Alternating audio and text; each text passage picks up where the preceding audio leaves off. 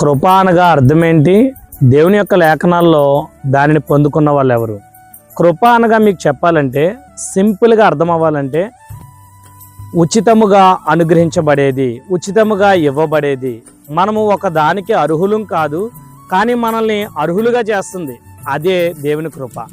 దేవుని యొక్క లేఖనాల్లో హన్నాని మనం గమనించినప్పుడు నిజానికి తనకి బిడ్డలు లేరండి, కానీ ఎంతో తన హృదయాన్ని కుమ్మరించి దేవుని సన్నిధిలో ప్రార్థించింది. దేవుని కృప ఆమెతో నిండి దేవుడు ఆమెకు గొప్ప ప్రవక్త సమూయేలు వంటి ఒక గొప్ప బిడ్డను దేవుడు ఆమెకి ఇచ్చాడండి. ఇదే కృపతో పొందుకోవడం అంటే. ఉచితముగా మనం ఒక దానికి అర్హులం కాదు, దేవుడు మనల్ని అర్హులుగా చేస్తున్నాడు. ప్రియులారా, నిజమేనండి, పాపం నుంచి మనం విడిపించడానికి అర్హులం కాదు, కానీ తన సొంత కుమారుని రక్తము ద్వారా ఉచితముగా మనల్ని నీతిమంతులుగా ఆయన తీర్చిదిద్దాడు. ప్రియులారా, నిజంగా దేవుని కృపను మనం దుర్వినియోగం చేయకూడదండి.